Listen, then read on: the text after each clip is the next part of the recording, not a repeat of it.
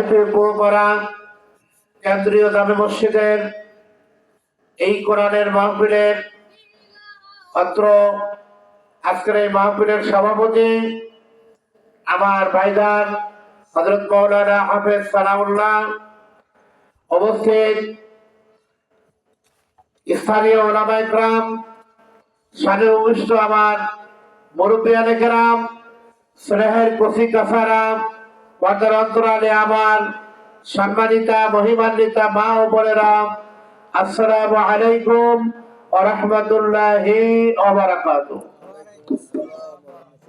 সমস্ত তারিফ সেই মহান মাবুদের দরবারে, যে মহান মাবুদ অগণিত মানুষের মধ্য থেকে বাছাই করে আমাদের মতো গুটি কয়েক গুনাহগার বান্দাকে আল্লাহ তাআলা আজকের এই কোরআনের মাহফিলে আসবার এবং বসবার তৌফিক দান করেছেন। আমরা সবাই সে আল্লাহর শুকরিয়া জ্ঞাপন করি। সবাই পড়ি আলহামদুলিল্লাহ। আরেকটা বার প্রাণ খুলে জোরে সরে বলি আলহামদুলিল্লাহ। এরপরে দরুদ ও সালাম মানবতার মুক্তির দূত সরকারে দো আলম বিশ্বনবী হুজুরে পূর্ণ সাল্লাল্লাহু আলাইহি ওয়াসাল্লামের প্রতি দরুদ ও সালাম সাল্লাল্লাহু আলাইহি ওয়াসাল্লাম।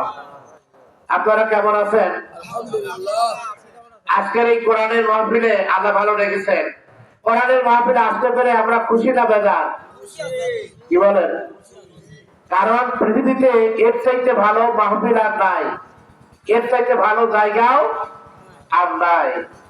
আমি মাইকের আওয়াজ যতদূর যাচ্ছে আমার ভাইদেরকে বলবো আপনারা মাহফিলে চলে আসেন। কারণ এই মাহফিল আপনাদের এলাকাতে আয়োজন করা হয়েছে। আপনারা এই মাহফিলে বসবেন, আলোচনা শুনবেন, কোরআন থেকে কোরআনের বরকত আপনারা নেবেন। কারণ এই মাহফিলের চাইতে উত্তম মাহফিল পৃথিবীতে আর নাই। কি মনে আছে? নাই। কোরআনে কারীম থেকে আমি ছোট্ট একটি আয়াত তেলাওয়াত করেছি 16 পারায় সূরা তাহা। এই সূরাটার মধ্যে 135টা আয়াত আছে, 8টা রুকু আছে। কোরআন শরীফের 114টা সূরার মধ্যে এই সূরাটা সিরিয়াল 20 নম্বর। এই সূরার মধ্যে ছোট্ট একটা আয়াত তেলাওয়াত করেছি। আল্লাহ রাব্বুল আলামিন তৌফিক দান করলে খুবই সংক্ষিপ্ত আকারে কিছু কথা বলার চেষ্টা করব ইনশাআল্লাহ তাআলা। এই সূরাটা যখন নাযিল হয় বিশ্বনবী প্রাথমিক যুগে হযরতে ওমর ফারুক রাদিয়াল্লাহু তাআলা তখন ইসলাম কবুল করেন নাই। কে বলুন তো কার কথা বললাম? হযরতে ওমর, যিনি ইসলামের দ্বিতীয় খলিফা ছিলেন। চতুর্থ খলিফা, 4টা খলিফার মধ্যে উনি ছিলেন দ্বিতীয় নম্বর। আবু বকর সিদ্দিক রাদিয়াল্লাহু তাআলা প্রথম নম্বর ছিলেন, দ্বিতীয় হতো ওমর ফারুক রাদিয়াল্লাহু তাআলা, তৃতীয় নম্বর হতো উসমান গনি রাদিয়াল্লাহু তাআলা, চতুর্থ হতো আলী রাদিয়াল্লাহু তাআলা।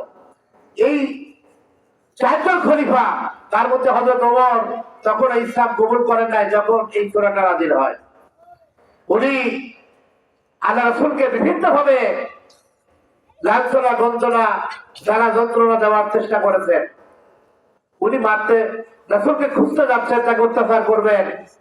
রাস্তার মধ্যে একজন বলছে, যার নাম ছিল নাঈম। নাঈম বলছে, ওমর যাও কোথায়? বলে যাচ্ছি মুহাম্মদ সাল্লাল্লাহু আলাইহি সাল্লামকে মারার জন্য। আউযুবিল্লাহি মিনাশ যালিক। বল কেন? বলে না, সে আমাদের ধর্মের মুখে চুনকালি মেরেছে। উনি তখন বলছেন যে তুমি তো মুহাম্মদ সাল্লাল্লাহু আলাইহি ওয়াসাল্লামকে মারতে যাবা, আগে তোমার নিজের ঘর সামলাও, নিজের ঘর সামলাও। তোমার বোন ফাতেমা এবং ভগ্নিপতি সাঈদ ইসলাম কবুল করেছে। উনি রাগ করে তখন আর বোন ভগ্নিপতি বাড়িতে গেলেন। যাওয়ার পরে উনি দরজার সামনে দাঁড়াতেই দেখলেন ভিতর থেকে এই সূরা তাহার আয়াত তেলাওয়াত করতেছে ওনার বোন।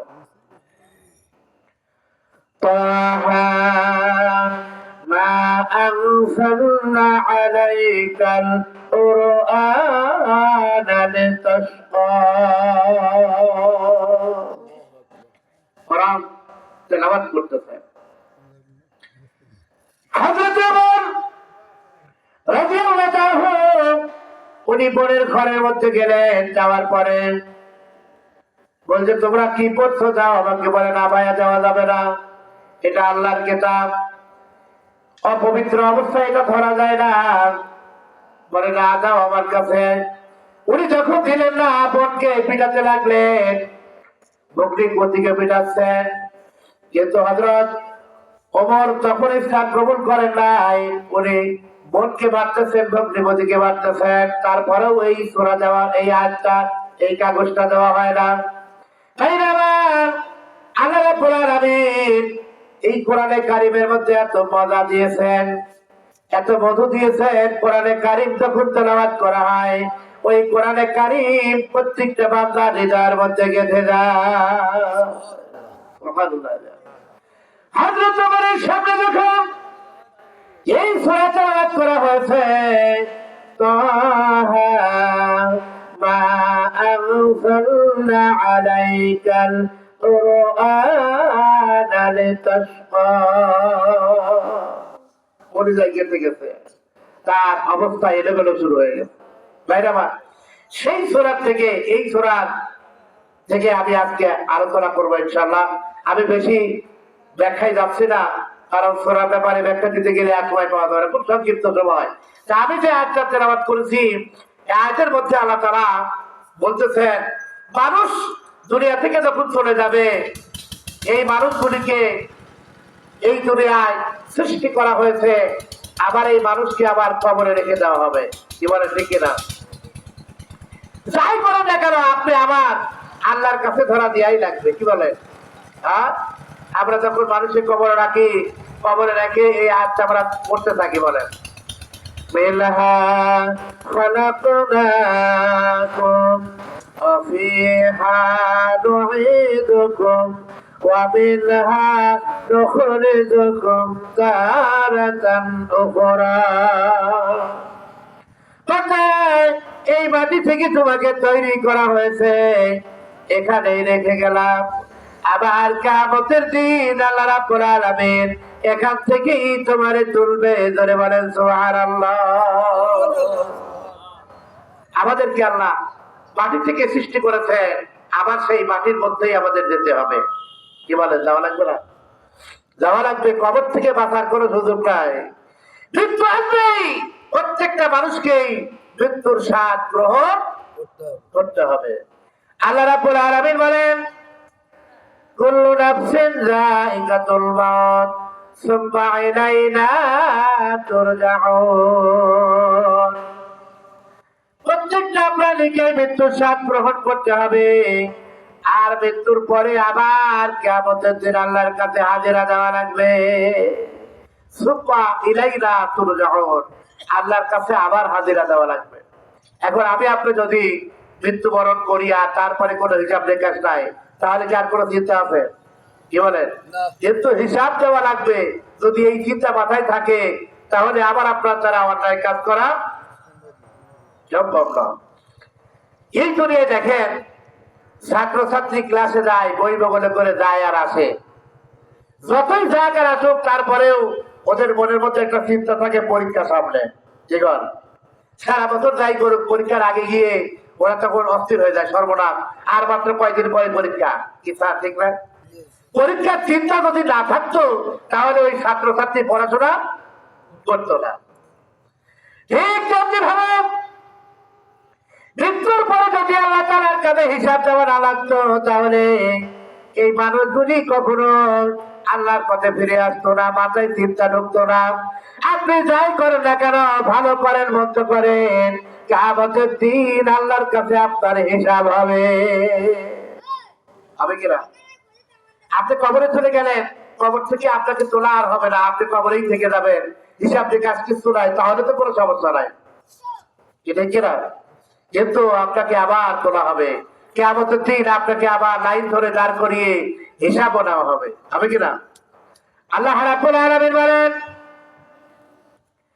ইয়াউমাইযিন ইয়াসদুরুন নাসু আশতাতান লিউরাউ আ'মালাহুম। কিয়ামতের দিন প্রত্যেকটা মানুষকে একত্রিত করা হবে, কাতারে কাতারে দাঁড় করিয়ে দেওয়া হবে, যাতে করে তাদের হাতে আমলনামা তুলে দেওয়া যায়। তাদের হাতে কি করা যায়? আমলনামা তুলে দেওয়া যায়। যে আমলনামাটা সারা জীবন আমি আপনি যা করেছেন, এই যে কাজের ফেরেশতা দুইজন লিখে রাখতেছে, সব কি লিখছে কিনা? একজন ভালো কাজ আর একজন মন্দ কাজ, দুইজন লিখে রাখতেছে। এই দুনিয়ায় সবাইকে ফাঁকি দিয়ে আপনি কাজ করতে পারবেন, কিন্তু আল্লাহকে ফাঁকি দিয়ে কোনো কাজ করার ক্ষমতা আপনার নাই।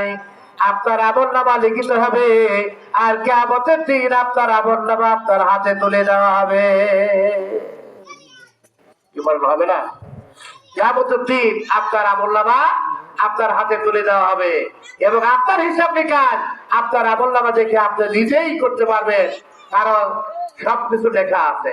কি কর দেখেন, আপনি যদি দোকানদার হন আর আপনি যদি হিসাব লিখে রাখেন, সারা মাসের হিসাব, 1 তারিখে এত টাকা বিক্রি, এত টাকা লাভ, 2 তারিখে এত টাকা, এমনি করে করে সারা বছরের হিসাব যদি রেখে দেন, হঠাৎ করে আপনাকে যদি প্রশ্ন করা হয় যে 2024 সালের মার্চ মাসের 10 তারিখে আপনি কত টাকা বিক্রি করেছে আর কত টাকা লাভ হয়েছে, আপনি বলতে পারবেন না?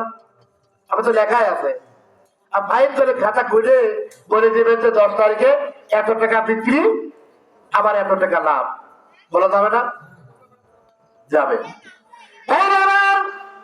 ঠিক তেমনি ভাবে কিয়ামতের দিন আপনার আমলনামা আপনি হাতে নেবেন, আর ওই আমলনামা দেখে আপনি সব হিসাব নিকাশ করতে পারবেন। ফেরেশতারা আপনার হাতে আমলনামা তুলে দিবেন আর বলবেন, ইকরা কিতাবাকা কাফা বিনাফসিকা আল-ইয়াওমা আলাইকা হাসিবা। বান্দা, পড়ো তোমার কিতাব, তোমার কিতাব পড়ে পড়ে তুমি নিজেই হিসাব নিকাশ করো। তোমার হিসাব তুমি করো, তোমার বই তুমি পড়ো। এই হিসাব দিতে আর কারোর দরকার হবে না। বান্দা পড়া শুরু করবে, পৃষ্ঠা উল্টাবে, দেখবে নামাজ পড়তে পারে, হ্যাঁ ঠিক আছে, রোজা রাখতে বলে, হ্যাঁ ঠিক আছে, বড় বড় কাজ সব স্বীকার করবে, আর যেগুলো অন্যায় কাজ করেছে এটা আর স্বীকার করতে চাইবে না। কিছু কিছু দুনিয়ায় মানুষও আছে, দেখেন, অকাম করে, করার পরে অস্বীকার করে। কি কর? হ্যাঁ, অস্বীকার করে, মিথ্যা কথা বলে। ঠিক এই মানুষগুলি কিয়ামতের দিন তারাও অস্বীকার করে বসবে। ওরা হিসাব ওই আমলনামা দেখে বলবে, আল্লাহ আমি তো এই অন্যায় করি নাই, তোর ফেরেশতা বানায় বানায় রেখে দিয়েছে। আল্লাহ তখন বলবে, তাই? বলে, আপনার দেখতেছি। আল্লাহ রাব্বুল আলামিন কিয়ামতের দিন আল্লাহ তাআলা কি করবেন? আল্লাহ তাআলা বলতেছেন,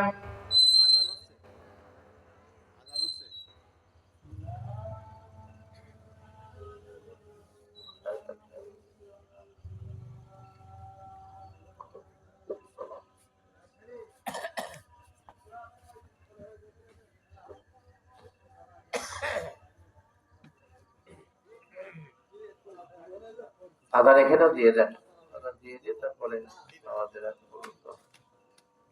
জামাত একটু পরে করবো, নাকি? জামাত 8টায় করবো না, তাহলে